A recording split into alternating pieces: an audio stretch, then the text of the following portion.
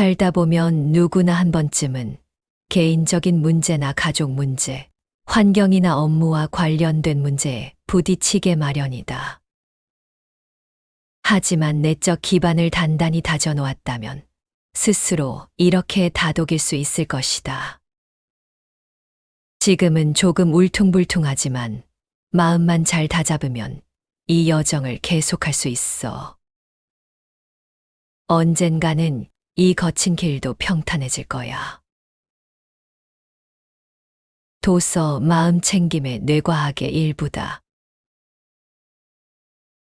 사람들은 건강을 위해 운동하고 명상하고 식단을 고치지만 결과는 크게 엇갈린다. 어떤 사람은 시간이 지날수록 활력과 생기가 계속 이어지고 또 다른 사람은 잠시 괜찮아지는 듯 하다가 다시 무기력과 통증으로 돌아간다. 이 차이를 기술력이나 노력의 양으로 설명할 수 있을까?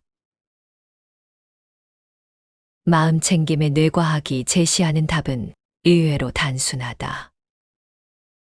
뇌가 바라보는 방향이 다르기 때문이다. 고통을 피하려는 마음으로 움직이는 뇌와 끌리는 미래를 향해 나아가려는 뇌는 전혀 다른 회로를 사용한다.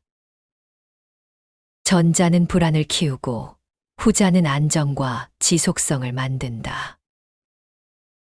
그래서 마음챙김은 단순한 명상 기술이 아니다.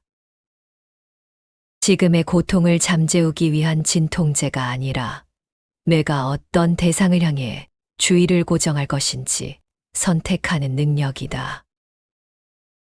주의를 어디에 두느냐에 따라 어떤 신경망이 강화되고 어떤 감정이 사라지며 어떤 행동이 유지되는지가 결정된다. 사람들은 흔히 무엇을 해야 하는가에는 익숙하지만 정작 어떤 마음으로 하고 있는가에는 무심하다. 같은 행동이 전혀 다른 결과를 낳는 이유는 결국 뇌가 무엇을 중심축으로 삼고 있는가에 달려 있다. 몸은 운동을 하고 있지만 마음은 여전히 두려움의 그림자를 따라가고 있을 수도 있다. 반대로 몸은 조금 지치더라도 마음이 향하는 미래가 분명한 사람은 그 미래가 뇌의 회로를 이끌어주기 때문에 쉽게 흔들리지 않는다. 긍정적인 미래를 떠올릴 때 활성화되는 회로와 부정적인 결과를 피하려는 마음에서 작동하는 회로는 서로 구성도 다르고 사용하는 에너지의 질도 다르다.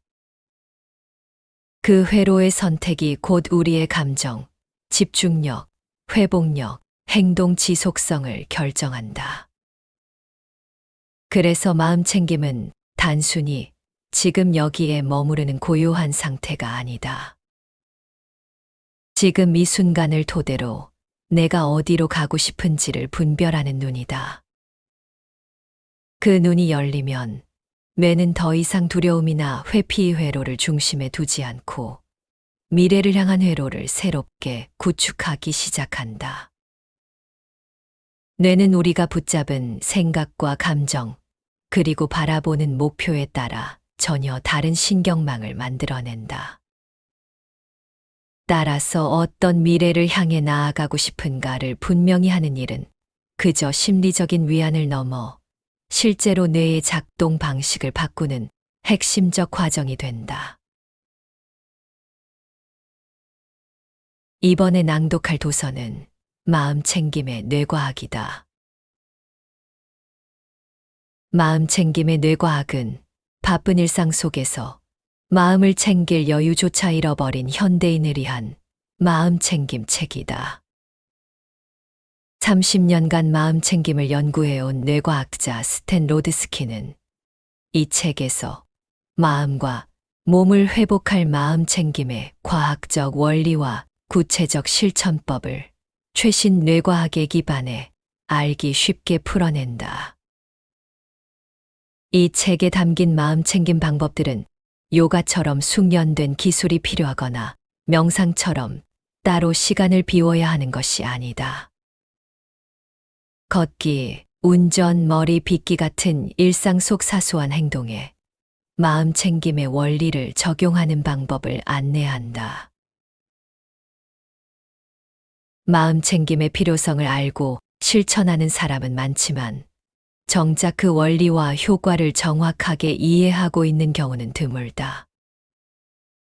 마음 챙김은 빼앗긴 삶의 주도권을 다시 나 자신에게로 되돌리는 기술이다. 마음 챙김을 실천함으로써 내 삶을 바꾸는 주체는 나 자신임을 깨달을 수 있다. 그렇게 나를 돌보는 매일의 실천을 통해 마음과 몸의 건강뿐 아니라 원하는 삶을 개척해 나갈 힘을 회복할 수 있을 것이다. 고통을 피하면 오래 가지 못한다. 비슷한 신체 조건의 사람들이 식단, 운동, 요가, 명상 등 건강관리 활동을 시작하면 얼마 지나지 않아 두 부류로 나뉜다. 첫 번째 부류는 점점 더 활력이 생기고 시간이 지나도 그 변화가 꾸준히 이어진다. 두 번째 부류는 한동안 호전되는 듯하지만 시간이 지나면 그 효과가 사라져 다시 아프기 시작한다. 같은 활동에 참여했는데 왜 이렇게 다른 결과가 나타날까? 답은 의외로 단순하다. 어떤 사람은 도달하고 싶은 미래가 있어서 더 건강해지려 하고, 다른 사람은 고통과 질병이 두려워서 더 건강해지려 한다. 다시 말해, 한쪽은 고통, 질병, 죽음 같은 두려운 것에서 벗어나고자 움직이고, 다른 쪽은 설레는 미래를 향해 나아가고자 움직인다. 겉으로는 같은 일을 해도 그 바탕에 깔린 동기는 완전히 다르다. 고통과 질병을 회피하려는 마음은 건강과 활력을 추구하려는 마음과 전혀 다르다. 지금 아프니까 나아지고 싶어라는 말은 사실상 지금 이 상태에서 벗어나고 싶어라는 뜻에 지나지 않는다. 하지만 왜 그 상태에서 벗어나고 싶은지 물어보면 대답은 보통 둘 중 하나다. 더 즐거워지고 싶어서요. 지금이 싫어서요. 고통과 질병을 회피하려는 동기에 사로잡힌 사람은 결국 마음이 두려움에 고정되어 있다.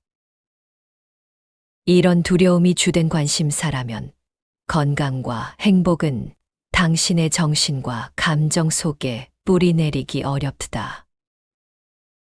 고통이나 질병이 잠시 가라앉으면 동기 역시 사라지고, 증상이 다시 나타나면 불안 또한 함께 되살아난다. 이런 식의 회피 동기는 지속되지 않는다. 잠시 생겼다가 금세 사라진다. 건강과 행복을 향해 나아갈 때 마음은 오직 그 목표에 단단히 고정된다. 이때의 원동력은 고통이 있든 없든 건강하든 병들었든 흔들리지 않고 목표에 도달할 때까지 꾸준히 이어진다. 이 꾸준한 동기가 면역 체계에 강력한 영향을 미친다. 동일한 치료법이나 치유 방법이 어떤 사람에게는 효과가 있고 다른 사람에게는 효과가 없는 큰 이유 중 하나가 바로 이것이다. 미래에 대한 목표가 없는 사람은 굳이 건강을 개선하려는 동기 자체를 찾기 어렵다. 나아갈 방향이 보이지 않으면 애써 노력할 이유도 사라지기 마련이다. 다들 아프고 싶지 않다는 마음만큼은 분명히 있다. 하지만 무엇을 향해 나아가고 싶은지를 분명히 아는 사람은 얼마나 될까? 당신은 어떤 미래를 원하는가? 이 질문은 단순히 무엇을 원하지 않는가라고 묻는 것과는 전혀 다르다. 축구 경기장에 골대가 없다면 선수들은 어떻게 할까? 공을 몰아 상대 진영으로 달려가기는 하지만 막상 도착해서 무엇을 해야 할지 알 수 없다. 골대가 없으니 득점할 수도 없다. 결국 이 경기가 무의미하다는 것을 깨닫고는 목적 없이 공만 찾거나 아예 경기장을 떠날 것이다. 인생도 다르지 않다. 목표가 없다면 그 여정은 방향도 의미도 잃는다. 하지만 축구 경기와 마찬가지로 일단 첫 골을 넣고 나면 두 번째 골, 세 번째 골도 얼마든지 이어갈 수 있다. 끌리는 미래란 정확히 무엇일까? 아프든 건강하든 대다수 사람에게 삶은 일과 가족에 대한 책임의 연속이다.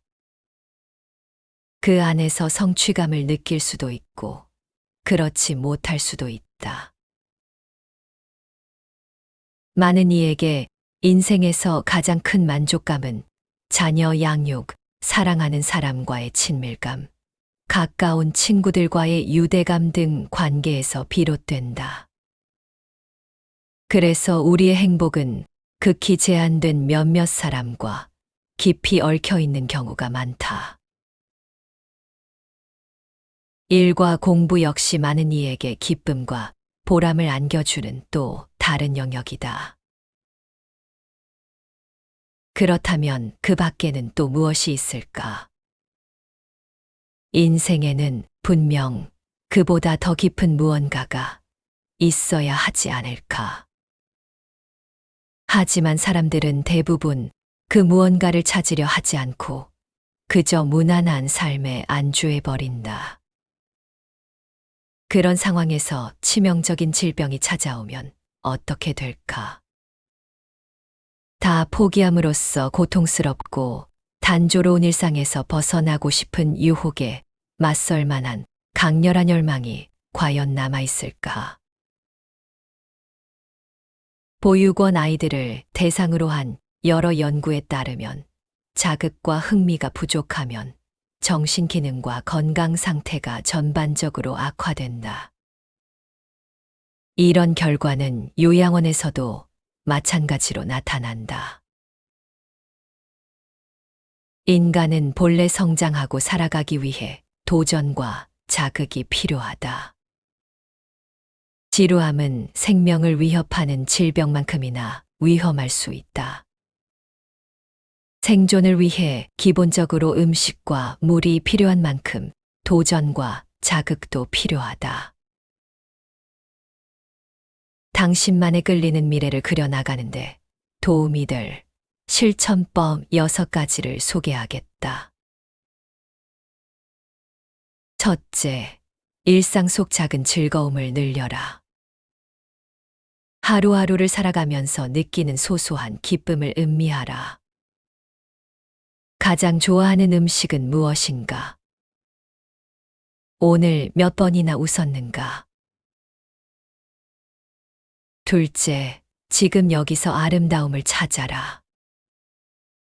우리는 삶이 주는 고통과 괴로움의 무게에 짓눌린 채 지금 이 순간 우리 곁에 있는 것들을 완전히 잊고 살아간다.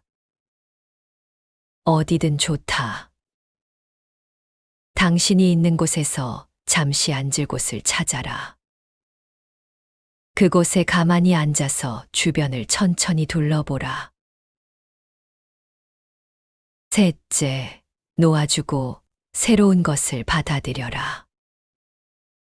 집 안을 한번 둘러보라. 책이며 서류, 물건, 액자, 가구가 얼마나 오랫동안 같은 자리에 그대로 놓여 있었는가. 오랫동안 쓰지 않았던 물건은 과감히 버리거나 나눠주어라.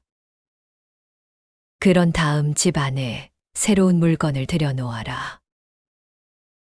평소 읽고 싶었던 중고 서적이라도 괜찮다.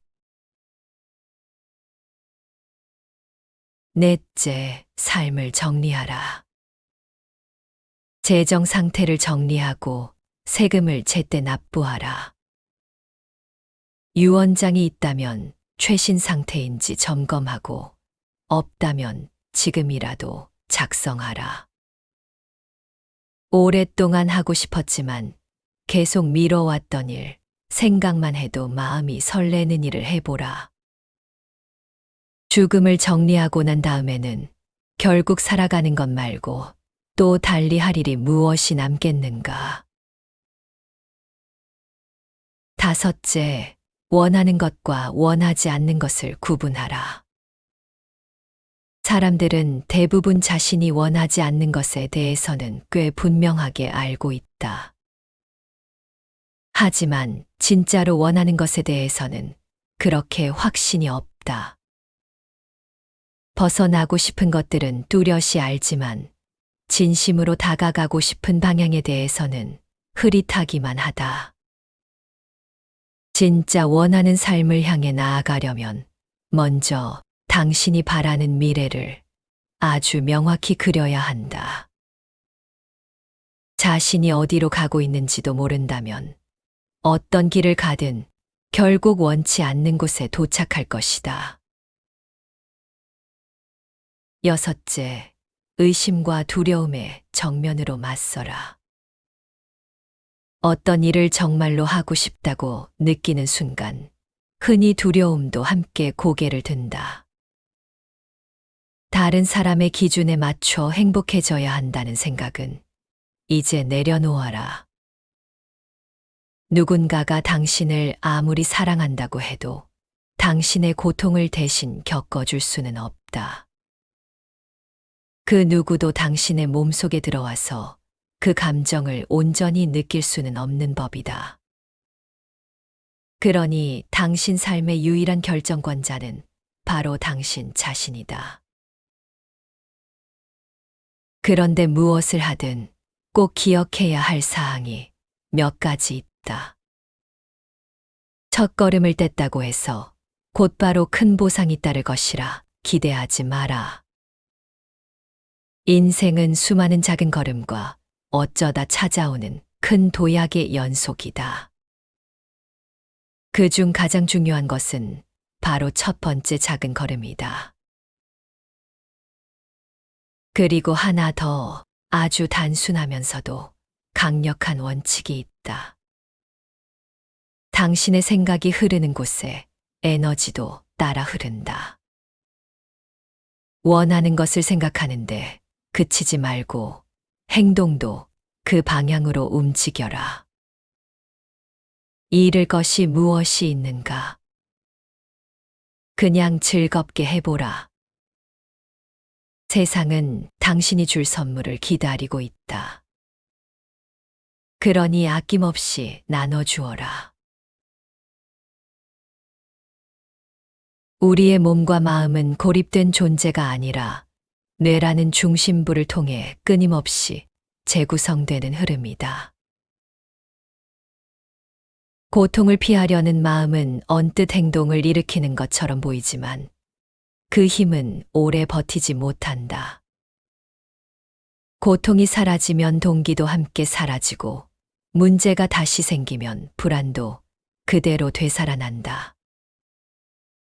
이런 방식의 삶은 늘 예민하고 짧고 흔들린다. 반대로 끌리는 미래를 향해 마음이 고정되면 뇌는 그 목적지를 향해 길을 낸다. 작은 습관이 쌓이고 감정의 기반이 다져지고 삶의 태도가 점차 안정되고 단단해진다. 이 변화는 기적이 아니라 뇌가 가진 특성이다. 어디를 바라보느냐에 따라 신경망이 다시 배치되고 감정이 다르게 생성되고 행동의 패턴 또한 완전히 달라진다. 책이 설명하는 마음 챙김의 힘은 결국 지금 여기를 바라보되 앞으로 어디로 가고 싶은지 잃지 않는 데서 나온다. 현재와 미래가 하나의 줄기로 이어질 때 삶은 비로소 방향을 갖기 시작한다. 마음 챙김의 기술을 익히는 과정은 화려하지 않다. 호흡을 들여다보고 감정을 인정하고 주의가 어디로 흘러가는지 살피는 아주 작은 순간들의 연속이다. 하지만 그 작은 순간들이 내 삶의 축을 바꾸는 거대한 전환점을 만든다. 지금 이 순간이 쌓여 미래가 되고 미래가 다시 오늘의 방향을 결정한다. 오늘 어떤 마음으로 하루를 보내는지가 내일의 뇌를 만들고 그 뇌가 다시 다음 삶의 조건을 만든다. 우리의 뇌는 오늘도 내가 바라보는 방향으로 재구성된다. 오늘 나는 어디를 바라보고 있는가?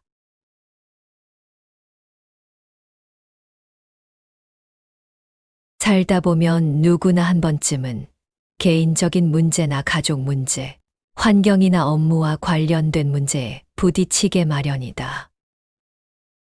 하지만 내적 기반을 단단히 다져놓았다면 스스로 이렇게 다독일 수 있을 것이다. 지금은 조금 울퉁불퉁하지만 마음만 잘 다잡으면 이 여정을 계속할 수 있어. 언젠가는 이 거친 길도 평탄해질 거야. 도서 마음 챙김의 뇌과학의 일부다. 사람들은 건강을 위해 운동하고 명상하고 식단을 고치지만 결과는 크게 엇갈린다. 어떤 사람은 시간이 지날수록 활력과 생기가 계속 이어지고 또 다른 사람은 잠시 괜찮아지는 듯 하다가 다시 무기력과 통증으로 돌아간다. 이 차이를 기술력이나 노력의 양으로 설명할 수 있을까? 마음 챙김의 뇌과학이 제시하는 답은 의외로 단순하다. 뇌가 바라보는 방향이 다르기 때문이다. 고통을 피하려는 마음으로 움직이는 뇌와 끌리는 미래를 향해 나아가려는 뇌는 전혀 다른 회로를 사용한다. 전자는 불안을 키우고 후자는 안정과 지속성을 만든다. 그래서 마음 챙김은 단순한 명상 기술이 아니다. 지금의 고통을 잠재우기 위한 진통제가 아니라 뇌가 어떤 대상을 향해 주의를 고정할 것인지 선택하는 능력이다. 주의를 어디에 두느냐에 따라 어떤 신경망이 강화되고 어떤 감정이 사라지며 어떤 행동이 유지되는지가 결정된다. 사람들은 흔히 무엇을 해야 하는가에는 익숙하지만 정작 어떤 마음으로 하고 있는가에는 무심하다. 같은 행동이 전혀 다른 결과를 낳는 이유는 결국 뇌가 무엇을 중심축으로 삼고 있는가에 달려 있다. 몸은 운동을 하고 있지만 마음은 여전히 두려움의 그림자를 따라가고 있을 수도 있다.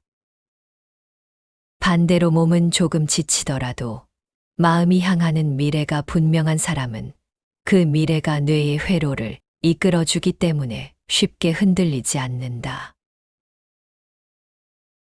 긍정적인 미래를 떠올릴 때 활성화되는 회로와 부정적인 결과를 피하려는 마음에서 작동하는 회로는 서로 구성도 다르고 사용하는 에너지의 질도 다르다.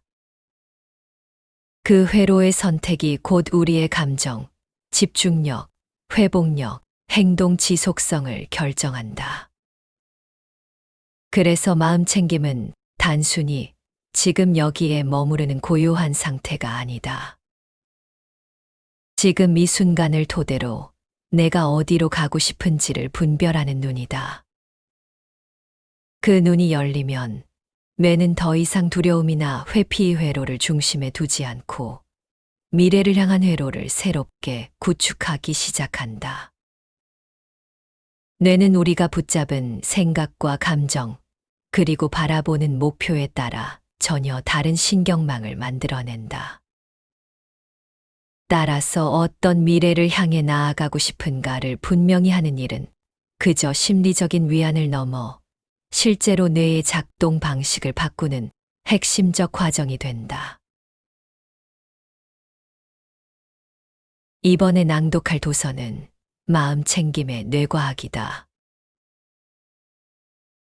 마음챙김의 뇌과학은 바쁜 일상 속에서 마음을 챙길 여유조차 잃어버린 현대인을 위한 마음챙김 책이다. 30년간 마음챙김을 연구해온 뇌과학자 스탠 로드스키는 이 책에서 마음과 몸을 회복할 마음챙김의 과학적 원리와 구체적 실천법을 최신 뇌과학에 기반해 알기 쉽게 풀어낸다. 이 책에 담긴 마음챙김 방법들은 요가처럼 숙련된 기술이 필요하거나 명상처럼 따로 시간을 비워야 하는 것이 아니다. 걷기, 운전, 머리 빗기 같은 일상 속 사소한 행동에 마음챙김의 원리를 적용하는 방법을 안내한다. 마음챙김의 필요성을 알고 실천하는 사람은 많지만 정작 그 원리와 효과를 정확하게 이해하고 있는 경우는 드물다. 마음챙김은 빼앗긴 삶의 주도권을 다시 나 자신에게로 되돌리는 기술이다. 마음챙김을 실천함으로써 내 삶을 바꾸는 주체는 나 자신임을 깨달을 수 있다. 그렇게 나를 돌보는 매일의 실천을 통해 마음과 몸의 건강뿐 아니라 원하는 삶을 개척해 나갈 힘을 회복할 수 있을 것이다.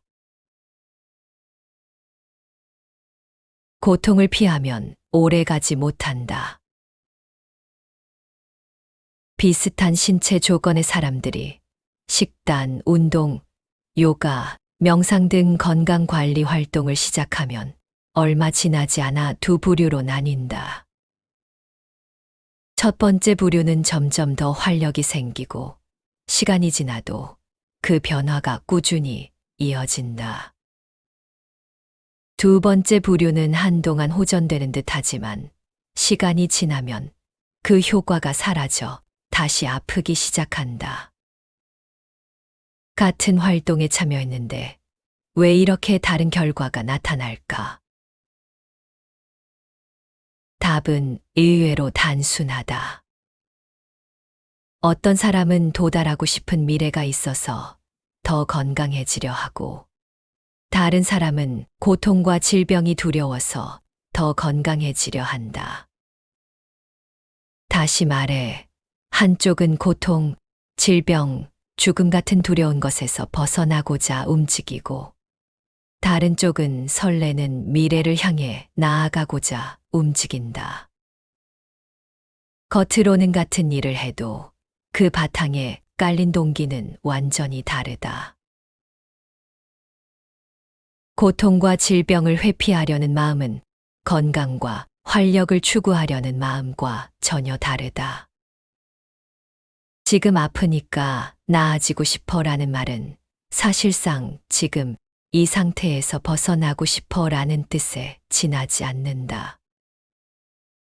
하지만 왜 그 상태에서 벗어나고 싶은지 물어보면 대답은 보통 둘 중 하나다.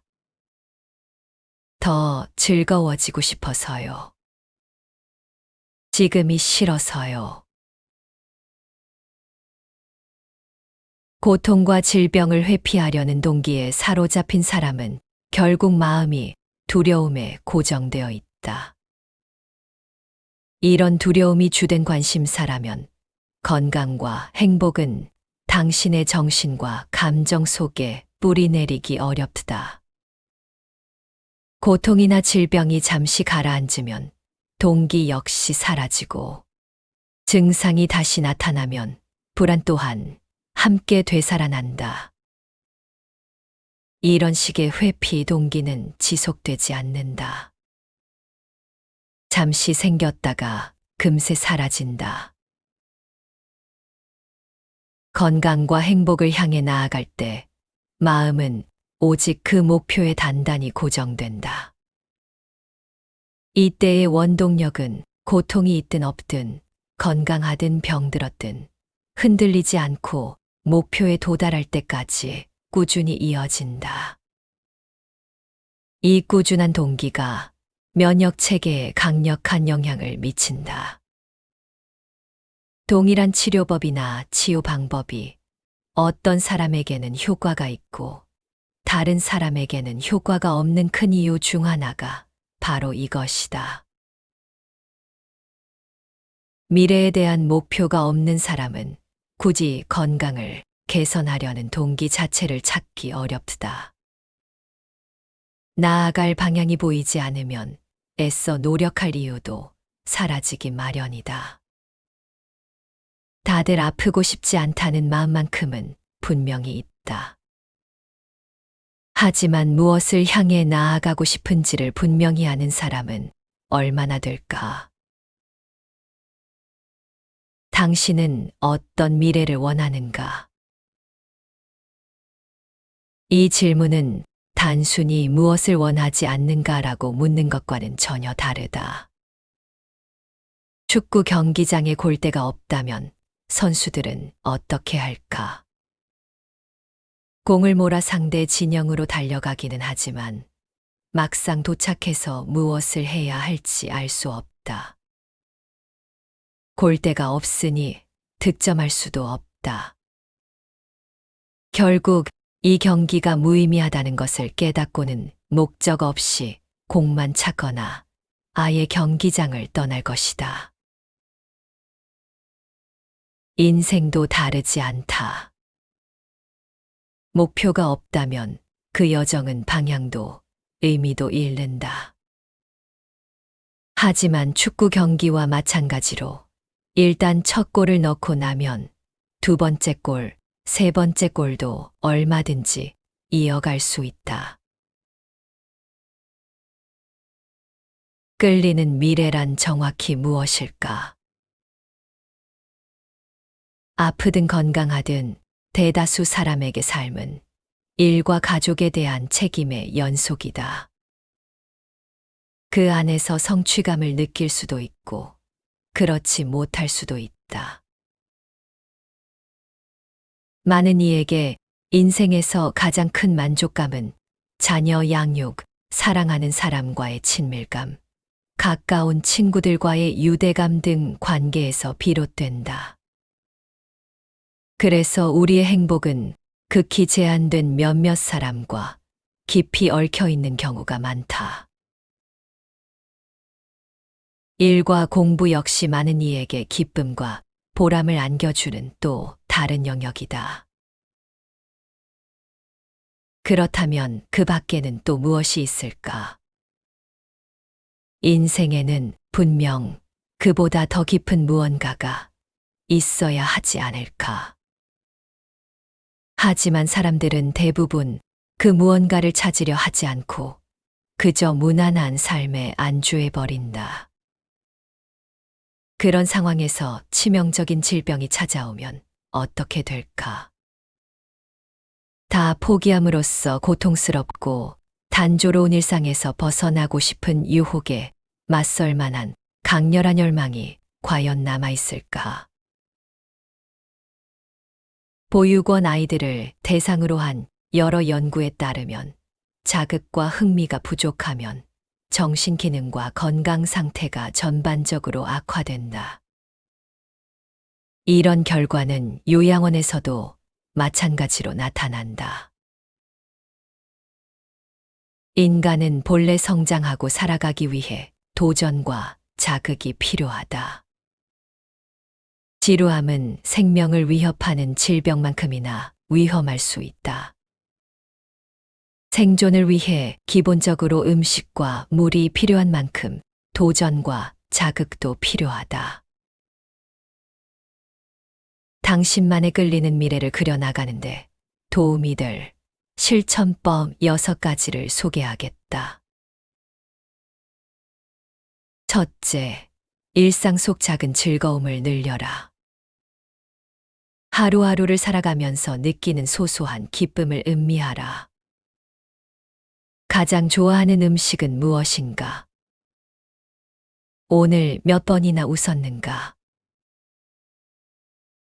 둘째, 지금 여기서 아름다움을 찾아라.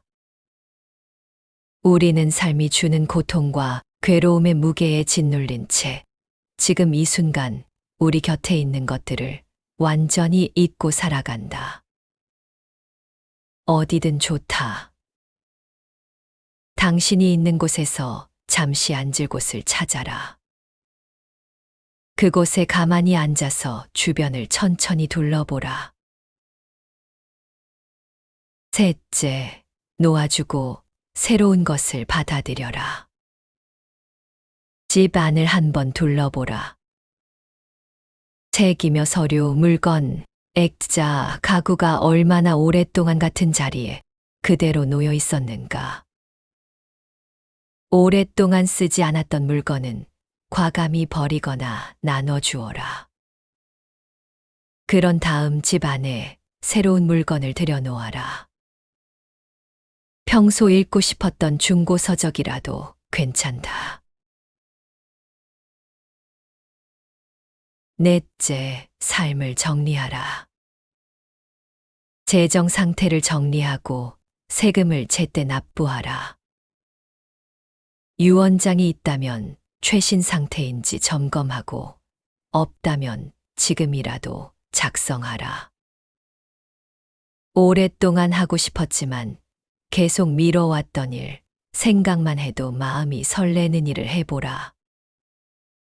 죽음을 정리하고 난 다음에는 결국 살아가는 것 말고 또 달리 할 일이 무엇이 남겠는가.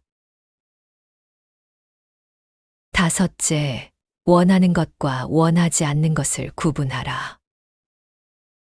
사람들은 대부분 자신이 원하지 않는 것에 대해서는 꽤 분명하게 알고 있다. 하지만 진짜로 원하는 것에 대해서는 그렇게 확신이 없다. 벗어나고 싶은 것들은 뚜렷이 알지만 진심으로 다가가고 싶은 방향에 대해서는 흐릿하기만 하다. 진짜 원하는 삶을 향해 나아가려면 먼저 당신이 바라는 미래를 아주 명확히 그려야 한다. 자신이 어디로 가고 있는지도 모른다면 어떤 길을 가든 결국 원치 않는 곳에 도착할 것이다. 여섯째, 의심과 두려움에 정면으로 맞서라.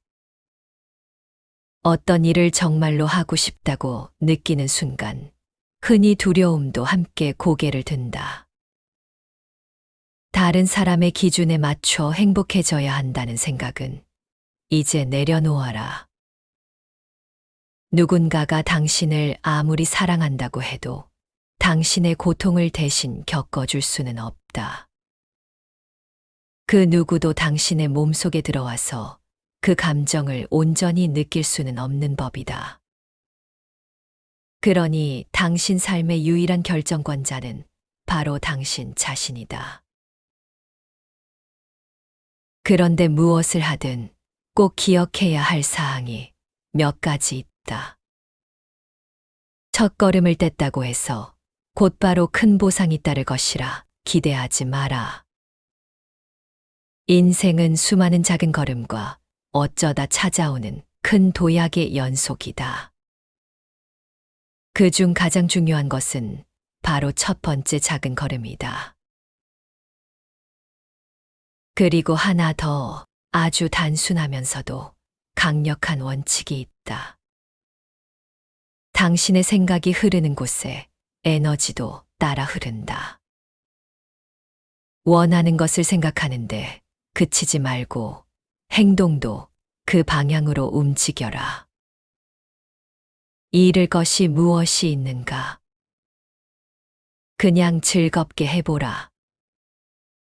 세상은 당신이 줄 선물을 기다리고 있다. 그러니 아낌없이 나눠주어라. 우리의 몸과 마음은 고립된 존재가 아니라 뇌라는 중심부를 통해 끊임없이 재구성되는 흐름이다. 고통을 피하려는 마음은 언뜻 행동을 일으키는 것처럼 보이지만 그 힘은 오래 버티지 못한다. 고통이 사라지면 동기도 함께 사라지고 문제가 다시 생기면 불안도 그대로 되살아난다. 이런 방식의 삶은 늘 예민하고 짧고 흔들린다. 반대로 끌리는 미래를 향해 마음이 고정되면 뇌는 그 목적지를 향해 길을 낸다. 작은 습관이 쌓이고 감정의 기반이 다져지고 삶의 태도가 점차 안정되고 단단해진다. 이 변화는 기적이 아니라 뇌가 가진 특성이다. 어디를 바라보느냐에 따라 신경망이 다시 배치되고 감정이 다르게 생성되고 행동의 패턴 또한 완전히 달라진다. 책이 설명하는 마음 챙김의 힘은 결국 지금 여기를 바라보되 앞으로 어디로 가고 싶은지 잃지 않는 데서 나온다. 현재와 미래가 하나의 줄기로 이어질 때 삶은 비로소 방향을 갖기 시작한다. 마음 챙김의 기술을 익히는 과정은 화려하지 않다. 호흡을 들여다보고 감정을 인정하고 주의가 어디로 흘러가는지 살피는 아주 작은 순간들의 연속이다. 하지만 그 작은 순간들이 내 삶의 축을 바꾸는 거대한 전환점을 만든다. 지금 이 순간이 쌓여 미래가 되고 미래가 다시 오늘의 방향을 결정한다. 오늘 어떤 마음으로 하루를 보내는지가 내일의 뇌를 만들고 그 뇌가 다시 다음 삶의 조건을 만든다. 우리의 뇌는 오늘도 내가 바라보는 방향으로 재구성된다. 오늘 나는 어디를 바라보고 있는가?